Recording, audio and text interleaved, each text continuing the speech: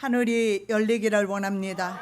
하나님의 사자들이 인자 위에 오르락 내리락 하는 것을 보리라 약속의 말씀을 믿습니다.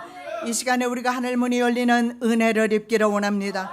하나님 보좌를 볼 수 있는 은혜를 내려 주시옵시고 하나님을 경험하는 시간 되게 도와 주시옵소서. 오늘도 주님이 대신 말씀 증거하여 주시옵고 저희들 하나님의 말씀을 듣겠습니다. 이 말씀대로 순종하며 살게 도와 주시옵시며 이 말씀이 우리를 지도하여 주시옵소서.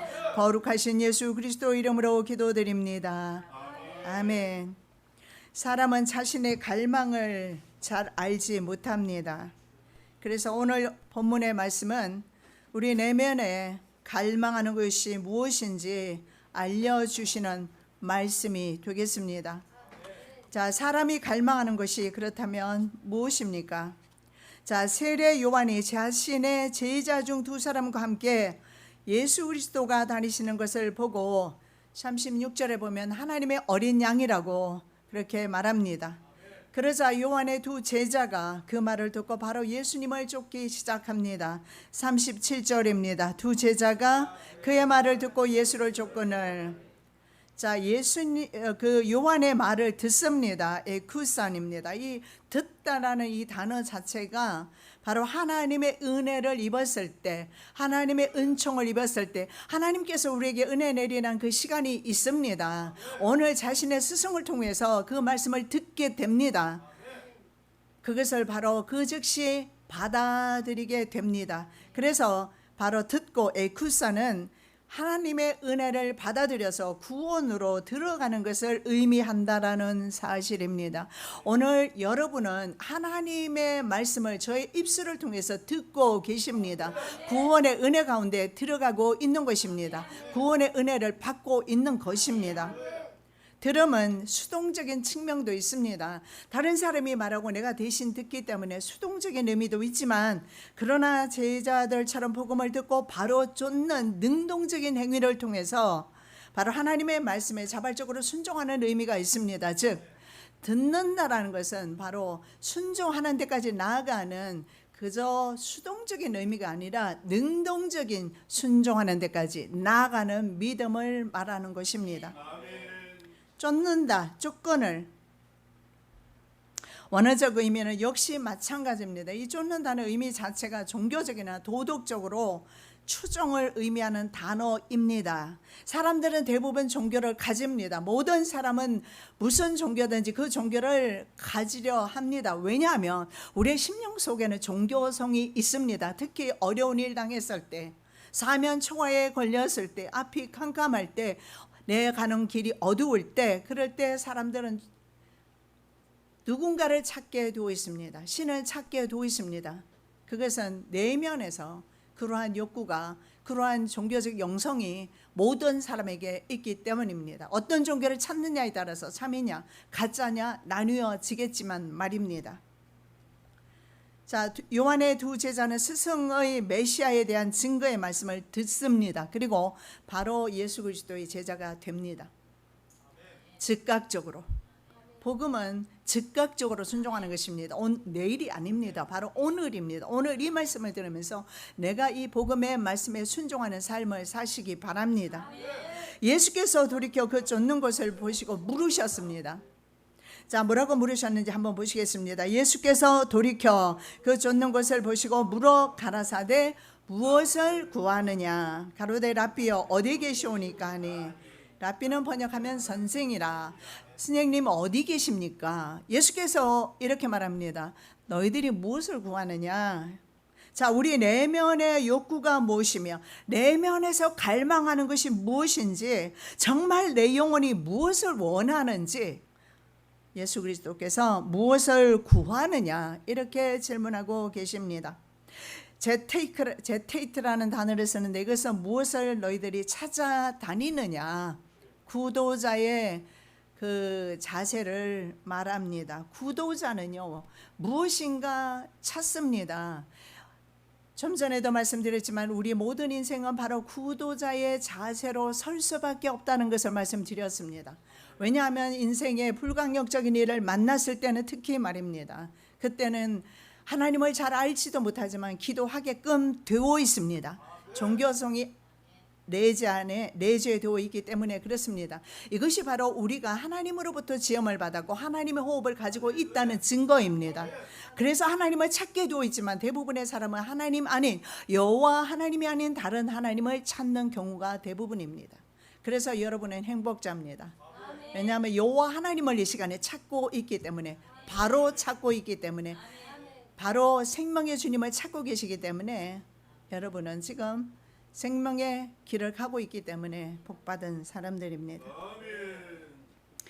역시 무엇을 구하느냐, 이 단어 자체도, 구하는 것 자체도 구원과 관계되어 사용되고 있습니다. 내면 깊숙하게, 우리 내면 깊숙하게 숨어있는, 내재되어 있는 인간 삶의 목적을 지금 묻고 있습니다. 우리 왜 사는 겁니까? 도대체 우리는 무엇을 위하여 쫓아가고 있는 것입니까? 예수께서 지금 질문하고 계십니다. 너희가 궁극적으로 찾아 구하는 것이 무엇인가? 사실은 내가 사업을 쫓아가고 돈을 쫓아가고 세상 여러 가지 많은 것들을 쫓아간다 할지라도 실제적으로는 내 내면 속에는 부지런히 쫓아다니지만 내 내면에 갈망하는 것과는 다른 쪽으로 거의 대부분 가고 있어요. 왜냐하면 인생고 문제로 인해서 내면의 갈증을 인식하지 못합니다. 육신의 일로 너무 바빠서 내 내면에서 그렇게 소리치는데도 내가 무시해버립니다. 여러분, 암이라는 것이 하루아침에 오는 것 아닙니다. 많은 신호를 보냅니다. 나 피곤하다고. 많은 신호, 여러 가지 신호를 보내지만 어떻습니까? 그것을 다 묵살해버립니다. 왜냐하면 인생고 문제로 인해서, 인생고 육체의 문제를 인해서 다 묵살하고 무시하고 그냥 갑니다. 그러다 어느 날 암 3기입니다. 4기입니다. 그러면 인생고는 고사하고 자기 자신의 생명조차 잃어버리게 되는 것입니다. 생명보다 귀한 것 없습니다. 생명이 있고서 인생고 문제도 있는 것입니다. 생명 잃어버리면 돈도 필요치 않습니다. 수가성 여인에게 예수님께서 질문을 던지셨습니다. 사마리아 여자 하나가 물을 길러 왔으면 예수께서 물을 좀 달라 하시니, 예수님께서 왜 사마리아 여인에게 찾아가셔서 물을 달라고 하십니까? 정작 물이 필요한 사람은 예수님이 아니라 바로 사마리아 여자였습니다. 바로 예수 그리스도께서 그 여자에게 물을 달라 하심으로 그 내면의 생수가 필요한 그 여자에게 자신이 바로 생수가 필요하다는 사실을 알려주기 위해서입니다. 내면의 요구가 무엇인지 알려주시기 위해서입니다. 그리고 예수님은 물을 받아 마시고 그리고 그에게는 생수를 주십니다. 그리고 그 여자는 나가서 내가 만난 메시아를 너도 만나보라고 바로 증거하는, 바로 복음은 현재적이라는 사실을 볼 수가 있습니다. 자, 두 제자는 라삐 어디 계십니까? 뜬금없는 답변으로 예수님의 질문에 이렇게 대답합니다. 라삐 어디 계십니까? Where are you staying? 어디에 머물고 있는가? 왜 제자가 이런 엉뚱한 질문을 하고 있습니까? 자, 예수와 함께 구하면 어쩌면 자신의 내면에 있는 그 갈급함을 채울 수 있다라고 생각했을 겁니다. 그래서 예수님과 좀 더 함께 구하기를 원했고, 예수님이 있는 곳을 알아서 갈급할 때마다 찾아가려는 그런 심보였는지도 모르겠습니다. 뭐 어쨌든 예수님 계시는 곳이 어디입니까? 질문을 합니다. 그 질문 속에서 그들은 사실은 예수를 찾고 있다는 겁니다. 모든 인류는 실제로 예수 그리스도를 찾고 있습니다. 생명을 찾고 있어요. 일찍 죽고 싶은 사람, 일찍 죽고 싶은 사람 별로 없습니다. 그것이 바로 생명을 찾는 거예요. 오래 살고 싶은 사람들. 여러분, 질병이 오면은 덜컥 어떻습니까? 마음이 낙심되고 낙심천만입니다. 그리고 겁이 나지요. 왜 그렇습니까? 오래 살고 싶으니까요. 건강하게 오래 살고 싶으니까요. 이것이 바로 생명입니다. 이 생명을 근본적으로 하나님께서 우리에게 주셨는데 우리 인간이 잃어버렸고 이제 다시 예수 그리스도를 통해서 새 생명을 주시고자 하는 것입니다. 그래서 궁극적으로 인간이 찾는 것은요, 잃어버린 생명을 찾고 싶어 하는 것입니다. 방법이 잘못되었어요. 사람을 잘못 만나게 됩니다. 그들이 찾는 신을 잘못 만나게 되었을 때는 결국은 만나지 못하게 됩니다. 바로 생명의 인류가 아담 이후에 모든 인류가 구하는 것은 단 하나입니다. 하나님을 찾고 있어요. 생명의 회복입니다. 왜냐하면 생명 되시는 분은 오직 하나님 한 분밖에 계시지 않아요. 그래서 생명의 회복을 사실은 사람들이 원합니다. 잃어버린 생명나무를 회복하기를 원합니다. 바로 하나님과 생명의 교제를 추구하고 있는 것입니다. 요한계시록 2장 7절의 말씀에 보면 죄로부터 구속받은 성도들에게 생명나무 열매가 주어진다는 사실을 볼 수가 있습니다. 우리는 다시 예수 그리스도를 통해서 생명나무 실과를 먹을 수가 있으며 영생할 수가 있는 것입니다. 새 예루살렘의 영생나무는 12가지를 달마다 맺습니다. 그리고 그 나뭇잎은 만국을 소생시키는 힘이 있다고 22장의 계시록에서 말씀하고 있습니다. 새 생명나무가 우리들에게 다시 주어지는데 우리가 죽었을 때 주어지는 것이 아닙니다. 살아있을 때 하나님 나라를 경험하는 것이며 살아있을 때 주님을 경험하는 것이며 생명나무를 살아있을 때 먹는 것입니다. 영생나무를 예수 그리스도를 통해서 그 열매를 우리가 먹는 것입니다. 생명나무는 하나님의 주시는 영생입니다. 영생의 근원 되신 바로 예수 그리스도입니다. 예수 그리스도가 바로 생명나무입니다. 잠언의 3장 18절 말씀에 보면 하나님을 아는 지식이 있는 사람은 영생에 이르게 된다 말씀하고 있습니다. 우리가 생명을 가질 수 있는 유일한 방법은 바로 그리스도를 아는 지식. 이 지식은 그래요, 예수 있어요, 이 정도의 지식을 가리키는 것이 아닙니다. 그 지식은 부부관계 지식을 말합니다. 하나님과 동침하는 지식 말입니다. 성령과 함께하는 지식 말입니다. 성령이 내 안에 내재할 때 비로소 우리는 예수 그리스도를 알게 되는 것입니다. 육신은 알 수가 없어요. 내 안에 계시는 성령께서 하나님을 아시는 겁니다. 그래서 성령을 모신 사람은 영생을 이미 얻은 것이며 생명나무 실과를 이미 먹고 있는 것입니다. 자, 모든 사람은 영생을 사모합니다. 그런데 그 사실을 인지하지 못하는 이유는 말씀드렸습니다. 마음의 갈망을 묵살하고 대신에 자신의 육체의 욕구를 채움으로 영혼의 갈증을 대체시키기 때문에 그렇습니다. 여러분, 그렇습니다. 실제로는요, 내가 갈증하는 것, 내가 요구하는 것, 내가 원하는 것 굉장히 많이 있어요. 그런데 그런 것을 내가 취해보지만 내 마음에는 참 만족이 없어요. 왜 그럴까요? 내 영혼의 만족을 채우지 않기 때문에 그런 것입니다. 내 영혼의 만족을 채워주면 내 육체의 갈급함은 없어지게 될 것입니다. 근데 반대로 육체의 만족을 채우려 하다 보니 영혼은 늘 기다립니다. 그래서 늘 영혼은 내 속에서 배고프다고 아우성을 칩니다. 그래서 사람들은 어떻게 합니까? 병원 치료를 받게 됩니다. 의사만을 신뢰합니다. 그리고 약을 의존합니다. 저는 일주일 전에 갔더니 녹내장일 것이다 그랬는데 하나도 걱정하지 않았어요. 왜냐하면 주님께서 전에 별일 없다라고 눈에 대해서 말씀하셨기 때문에. 그런데 전공의는 잘 모른 것 같아요. 교수가 잘 아는 것 같습니다. 교수가 보더니 녹내장이 아니라고, 심한 근시 때문에 나타나는 현상이라고. 하나님이 의사보다 더 잘 아십니다. 하나님께서 우리를 창조하셨기 때문에 의사가 고치지 못하는 것 하나님이 고치십니다.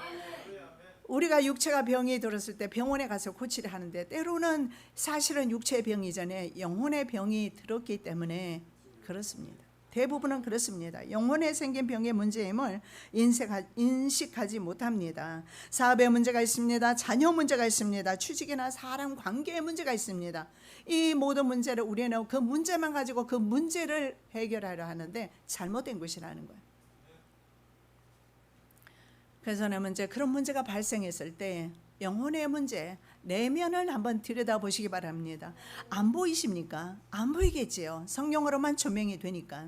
성령님을 내게 주시옵소서. 하나님, 나 내면을 볼 수 있게 해주십시오. 하나님이 내시경을 통해서 주시든지 MRI를 찍어주시든지 CT를 촬영해 주시든지 내 내면을 좀 보게 해주세요. 왜 인간들은 CT 촬영, MRI 그 모든 것을 다 촬영하면서, 우리 어머니도 지난주에 MRI를 촬영해야 된다고 하는데 내가 촬영 안 했어요. 그리고 모시고 갔습니다. 왜냐하면 하나님께서 생명을 연장시켜 주신다고 말씀하셨는데 뭐하러 병원 가겠습니까? CT 촬영하는데도 머리는요 30만 원이 넘어요. 이상이 없어요. 하나님께서 생명을 주관하십니다. 하나님께서 우리의 모든 영육간에 강건함으로 하나님께서 주시는 것입니다. 여러분, 문제가 생길 때 그 문제만 집착하면 문제 속으로 여러분은 잡아먹히게 됩니다. 제발 문제가 생길 때 교회로 좀 달려오시기 바랍니다. 기도하는 교역자들이 있고 문은 항상 열려 있고 여러분이 언제든지 달려와서 기도할 수 있는데 왜 끙끙거리며 싸매고 혼자 고민하고 고생하는지 그렇게 하지 마시고, 고민이 있을 때 내가 해결하려 하지만 해결하지 못합니다.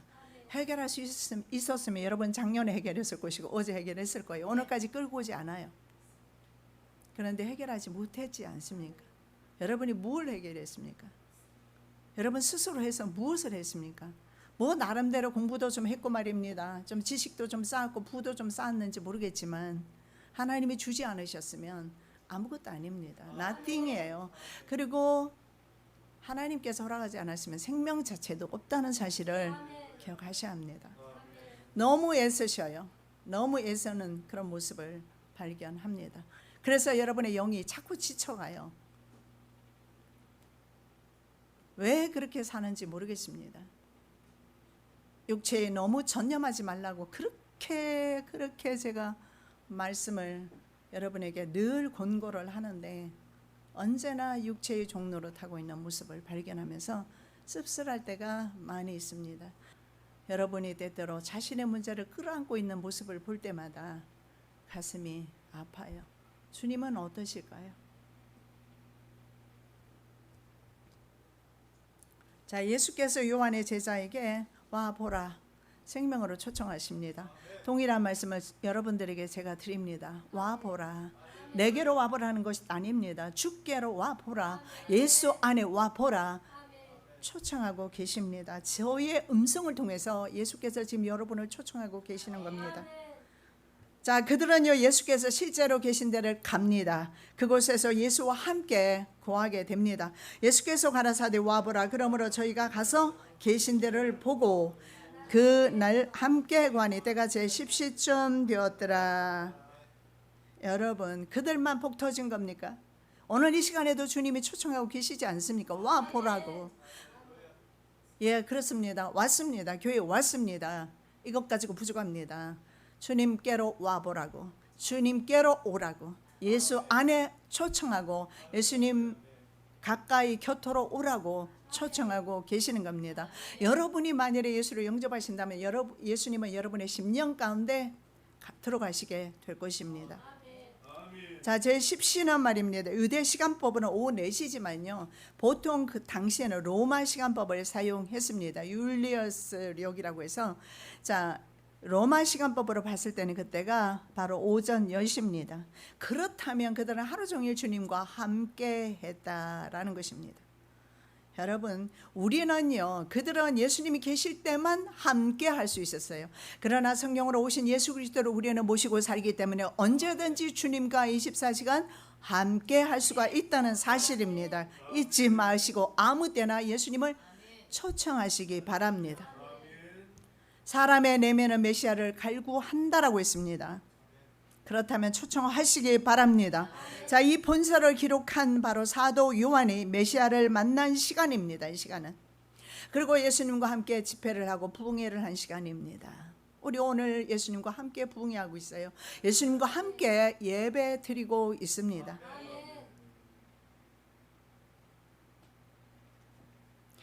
자, 성경에는 세례 요한으로 나와 있지 않습니다. 안드레, 예수님을 찾아온 그 제자가 안드레라고 나와 있지만 다른 사람은 성경에 기록은 없지만 이 사건을 기록한 것으로 봐서 사도 요한으로 대개 신학자들은 인정합니다.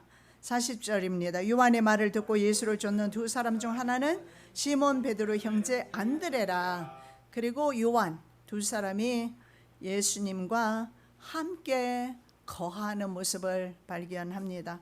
여러분, 저와 여러분, 우리의 삶 가운데, 삶의 현장 속에 예수님은 교회만 계시는 것이 아니라 삶의 현장 가운데에도 예수님은 계십니다.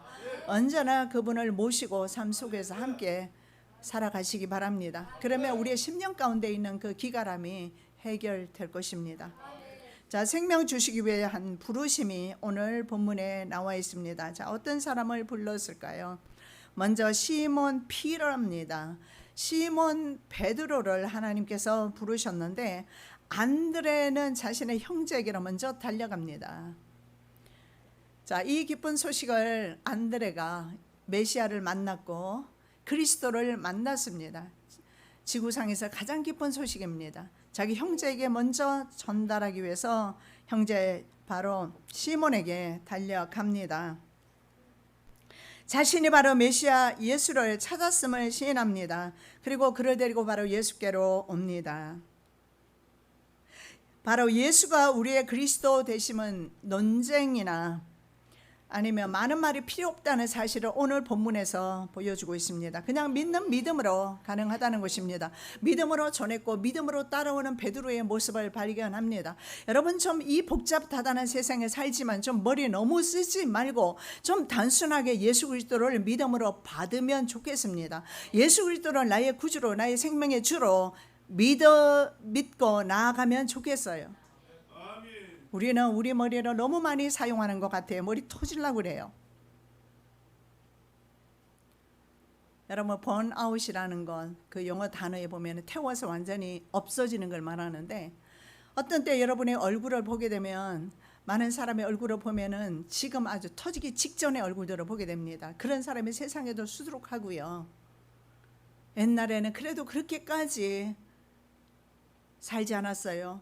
농사 짓고 살 때 정말 가난하게 살았을지라도 그렇게 머리가 터질 정도로 살지 않아요. 여러분, 컴퓨터 마찬가지입니다. 컴퓨터는 용량이란 게 있어요. 그 역시 번아웃 됩니다. 우리 머리도 마찬가지예요. 미치는 것이 정신병자들이 왜 그렇게 되는 줄 아십니까? 나중에 이거 머리가 너무 감당을 하지 못하니까 놓아버리는 거예요.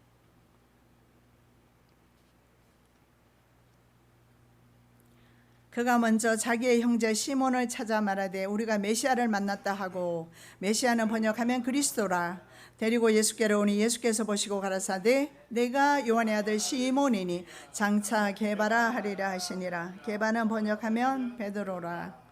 We have found라는 것은 발견했다는 겁니다. 여러분, 구도자가 찾고 찾다가 메시아를 기다렸다가 드디어 발견했다.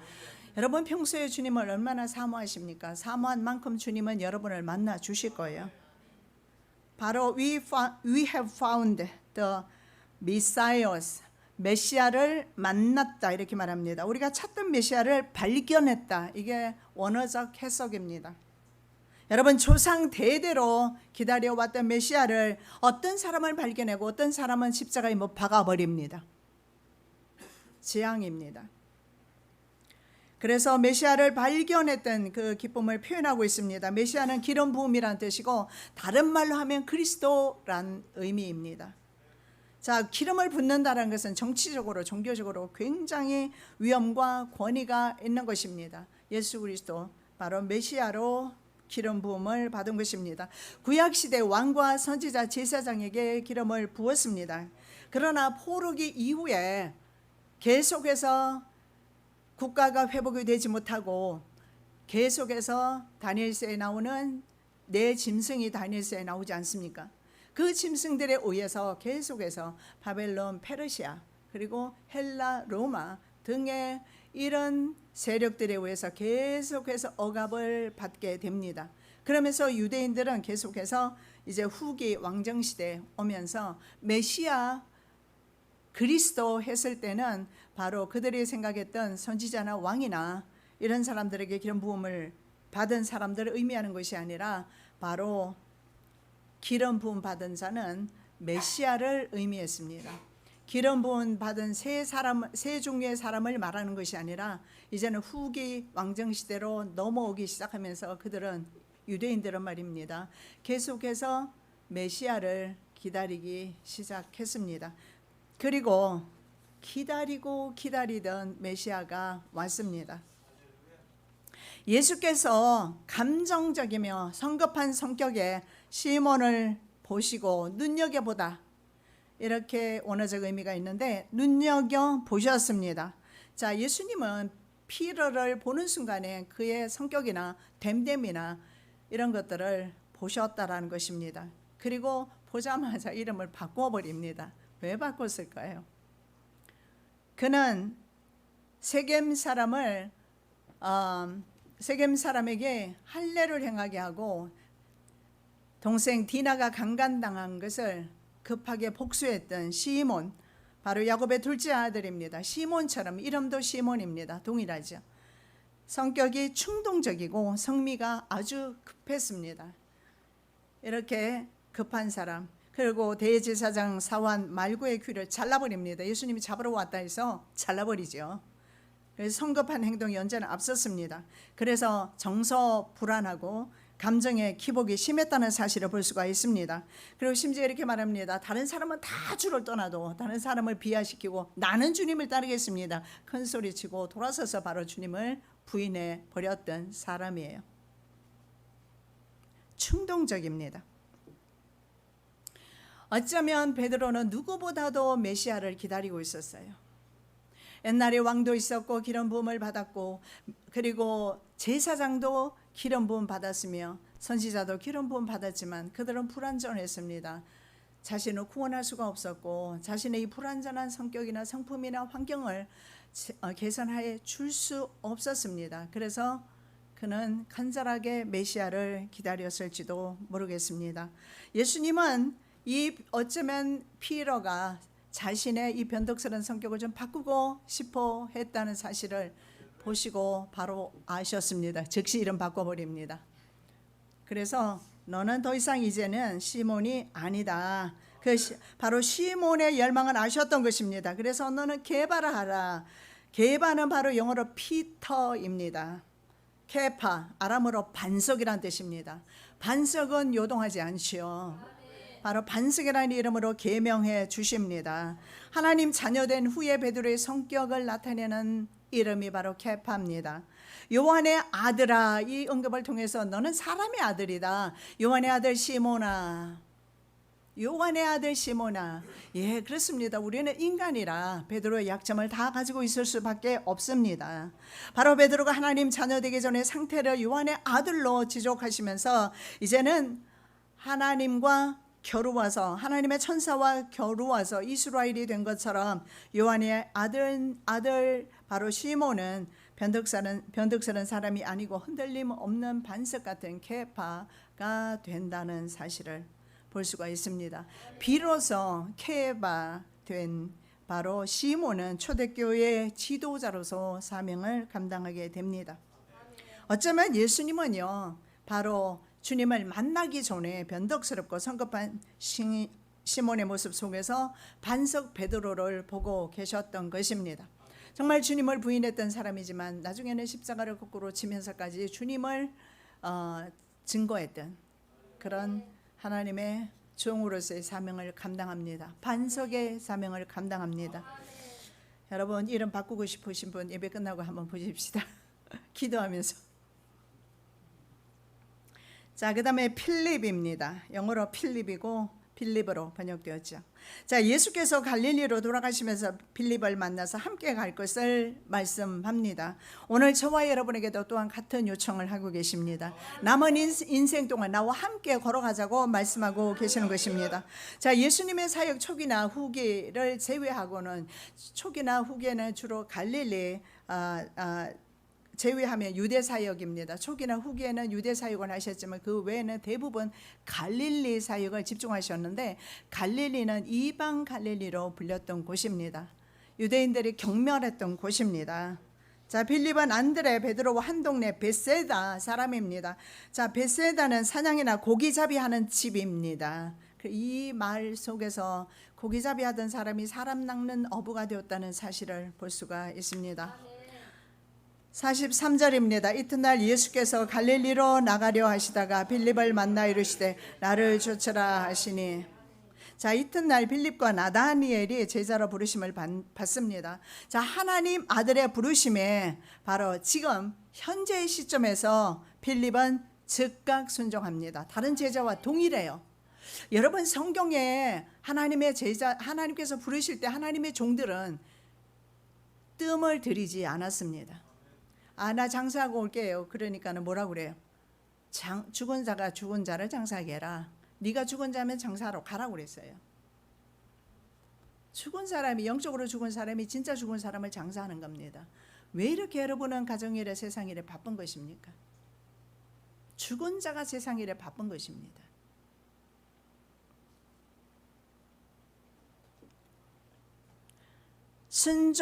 순종의 사람의 태도는요, 엘리야가 불렀을 때 엘리사의 모습에도 나타납니다. 엘리야가 불렀을 때 엘리사는 그 자리에서 소를 잡아서 동네 사람 다 먹여버립니다. 그리고 농기구는 다 불태워버리고 돌아올 여지를 없애버리고 엘리야를 순종했다는 사실을 보게 됩니다. 여러분, 하나님의 나라는 결단과 결심하는 사람, 순종의 사람을 사용하십니다. 뜸들이지 마시고 즉각적으로 순종하시는 저와 여러분 되시기 바랍니다. 그러나 그는 예수가 모세와 선지자들에 의해서 예언된 메시아라는 사실을 알았습니다. 바로 모세가 율법에 기록하였고 여러 선지자가 성경에 약속된 자를 만났다라고 45절에 증가하고 있습니다. 빌립은 정말 하나님을 잘 알지 못한 상태에도 바로 즉각적으로 순종했습니다. 그런데 바로 예수가 모세와 선지자들에 의해서 예언된 메시아 그리스도, 그분을 알았다라는 것입니다. 자, 그 다음에 부르신 사람이 있는데 나타나엘입니다. 빌립이 나다나엘을 찾아 이르되 모세가 율법에 기록하였고 여러 선지자가 기록한 그 일을 우리가 만났으니 요셉의 아들 나사렛 예수니라. 나다나엘은요, 하나님의 선물입니다. 하나님의 선물. 그런데 처음에 나다나엘이 빌립의 전도를 받았을 때 여기에서 참 아름다운 모습이 뭐냐면 예수님을 발견한 사람들은 즉각적으로 바로 전도를 했다는 것입니다. 예수를 만난 사람은 참기 힘들어요. 예수를 증거할 수밖에 없습니다. 생명을 찾았으니까. 그래서 그 생명을 다른 사람에게 즉각적으로 증거하는 것을 봅니다. 그래서 빌립이 전도받았고 빌립이 역시 바로 나다나엘에게 전도를 합니다. 그런데 나다나엘의 반응은 뭐냐면 이렇게 말합니다. 나사렛에서 무슨 선한 것입니다. 무슨 선한 것이 나겠느냐. 이것은 율법주의자들이 갈릴리 이방인들이 사는 지역으로 멸시받던 곳입니다. 갈릴리 지방을 조롱할 때 사용했던 관용어, 율법주의자들이 조롱할 때 사용했던 관용어가 바로 나사렛에서 무슨 선한 것이 나겠느냐. 다시 말씀드리면 메시아가 어떻게 그런 곳에서 나겠느냐. 나다나엘은 율법에 충실했던 사람입니다. 그래서 아마 미가 선지자의 말씀을 기억했을 것입니다. 미가 5장 2절에 유다 베들레헴에서 메시아가 탄생하게 될 것을 예언했습니다. 나다나엘이 가로되 나사렛에서 무슨 선한 것이 날 수 있느냐. 빌립이 가로되 와보라 하니라. 다른 말이 필요 없어요. 와보라. 자, 예수님께서 말씀했던 그 말씀을 그대로 제자들이 하고 있습니다. 하나님의 나라는 많은 말이 필요 없음을 볼 수가 있어요. 와 보라. 그 중에 하나님께서 구원하신 사람은 하나님을 영접하실 것이요. 와 보라고 해도 구원받지 못한 사람은 오지 않을 것입니다. 자, 가나 사람들과 나사렛은 항상 반목 상태에 있었습니다. 나다나엘은 바로 가나 사람이었어요. 그런데 그곳에, 그 우쭐한 곳에서 예수님께서 물을 변해서 포도주로 만드셨던 곳입니다. 그런데요, 나사렛은 하층민들이 거주했어요. 가나하고 다르게. 그래서 나사렛은 경멸과 조롱의 대상이었습니다. 그러나 어떤 사람은 나사렛 예수시여 내 눈을 뜨게 해주세요. 소경 그 집 바디메오는 소리쳐서 눈을 뜨게 됩니다. 어떤 사람에게는 나사렛이 구원의 장소가 되고, 어떤 사람은 그곳에게는 그곳이 경멸의 대상이 되었고 바로 조롱의 대상이 되었던 것입니다. 베들레헴에서 탄생하셨지만 예수님이 자라나신 곳이 바로 나사렛입니다. 자, 이 반목 상태가 나다나엘로 하여금 이 메시아를 인정하는 데 조금 어려움을 주고 있습니다. 인간의 편견과 오만은 예수를 구주로 모시는데 많은 어려움을 줍니다. 쉽게 말씀드리면 저와 여러분이 가지고 있는 섣부른 지식 말입니다. 인간적인 지식, 이런 것 때문에 정말 주님께로 나아가는데 어려움을 겪을 때가 있습니다. 예수의 고향 사람들조차 예수님의 아들, 요셉의 아들 예수가 아니냐 그러면서 예수를 배척합니다. 그 부모를 우리가 아는데 그가 어찌 하늘에서 내려왔다고 말하느냐. 그래서 고향에서는 많은 기적을 행하지 않았던 사실을 볼 수가 있습니다. 비록 깨닫는데 어려움이 조금 있었지만 그의 심령 밑바닥에는 메시아에 대한 열망과 참된 믿음이 있었습니다. 자, 47절 말씀 보겠습니다. 예수께서 나다나엘이 자기에게 오는 것을 보시고 그를 가리켜 가라사대 보라 이는 참 이스라엘 사람이라 그 속에 간사한 것이 없도다. 여러분, 이게 왜 그렇게 중요할까요? 참 이스라엘 사람이다. 마음에 간사함이 없다. 이 간사는요, 돌로스인데 고기를 낳기 위한 미끼를 의미하는 단어입니다. 또한 트로이 전쟁 시의 목마처럼요, 어떻게 해서 트로이를 점령하게 됩니까? 큰 목마를 성 안으로 들여보내게, 목마를 밖에 놓고 갔더니 트로이 성 사람들이 목마를 안에 들여놓게 됩니다.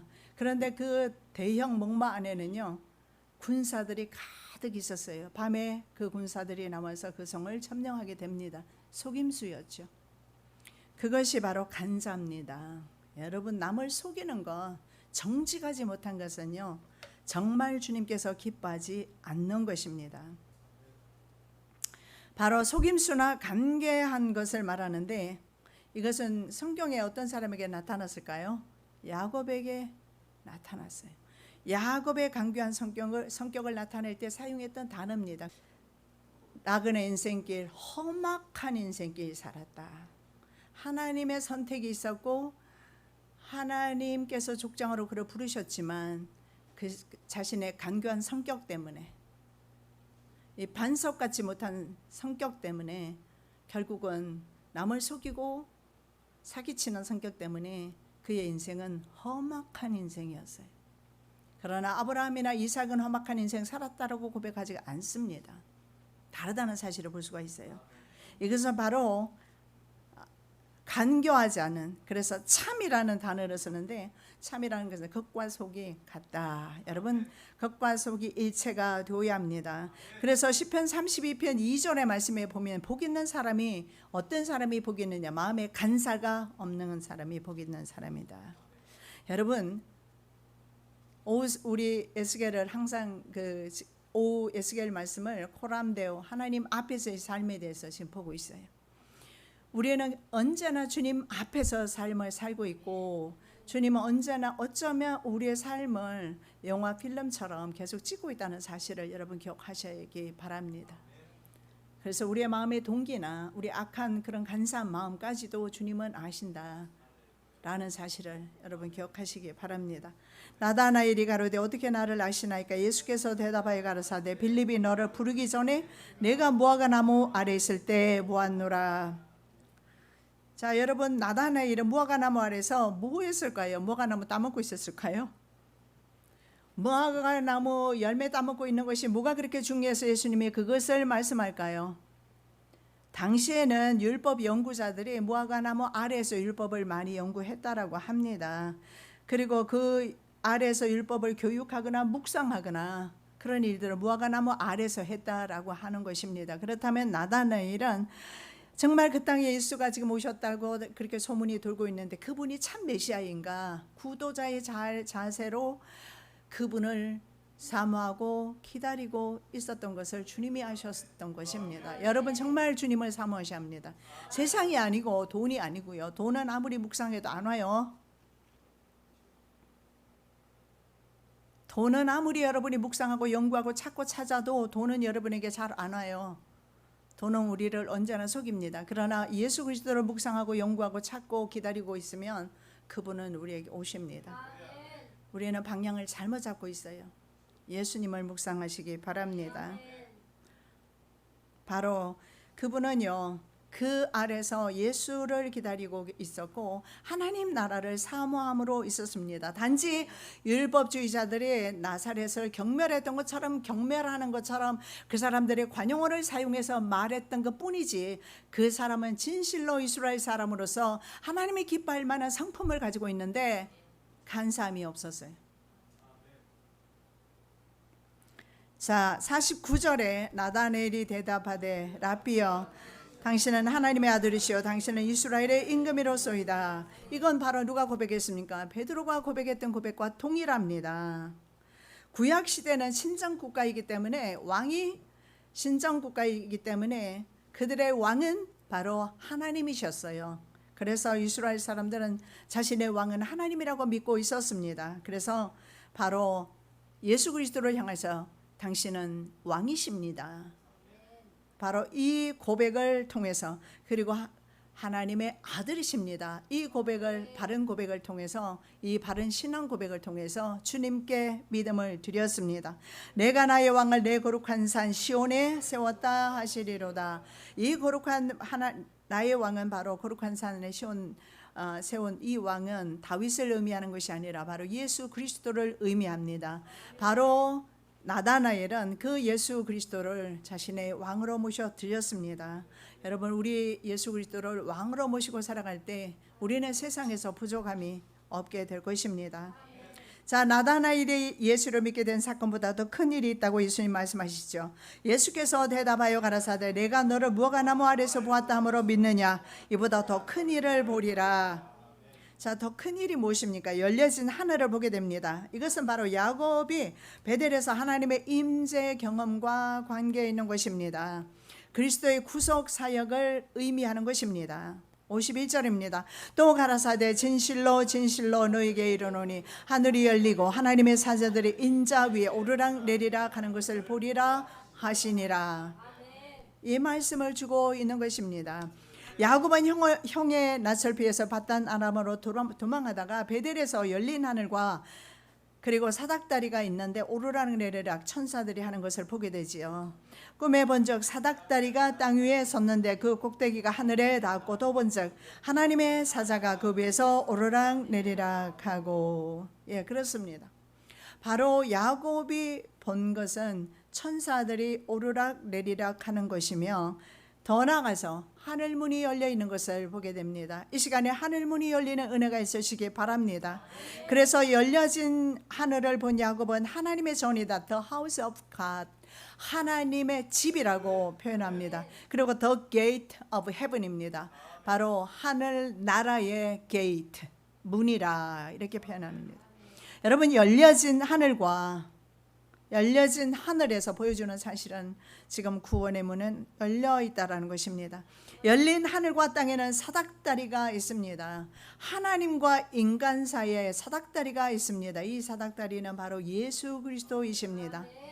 예수 그리스도 중보자, 그분을 통해서 우리는 열려 있는 하나님 나라를 바라볼 수 있고, 끝내 우리는 그 나라에 입성하게 될 것입니다. 하늘이 열리고 현재 완료 능동태 분사로 사용하고 있습니다. 무슨 말이에요? 현재까지 열려 있는 것을 말합니다. 지금 이 순간에도 열려 있습니다. 그것은 지금까지 열려 있었고 한순간도 닫혀 있는 것이 아니라는 사실을 볼 수가 있습니다.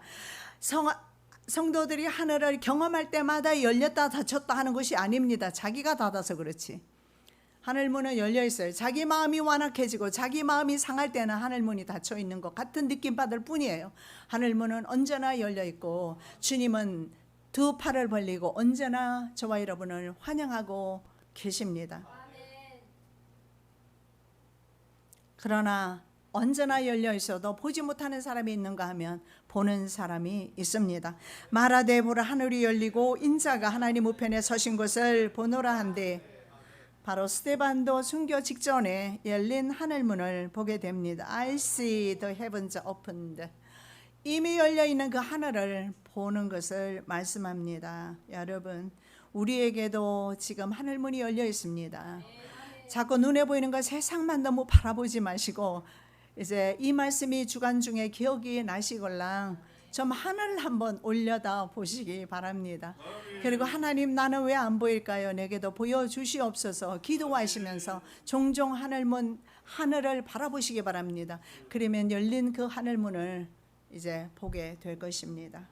살아서 역사하시는 주님, 하늘이 열리는 것을 보게 될 것이라고 주님이 말씀하셨고, 오늘 이 시간에 우리에게도 하늘문이 열리기를 원하며 우리의 가정에 하늘문이 열리기를 원하며 수많은 믿지 않는 자들에게도 하늘문이 열리는 은혜가 있게 도와주시고, 하늘문은 언제나 열려 있지만 우리의 눈이 감겨 있어서 보지 못하고 있음을 용서하여 주시옵시고, 우리의 눈을 열어 주셔서 하늘문을 보게 하여 주시옵소서. 거룩하신 예수 그리스도 이름으로 기도드립니다. 아멘.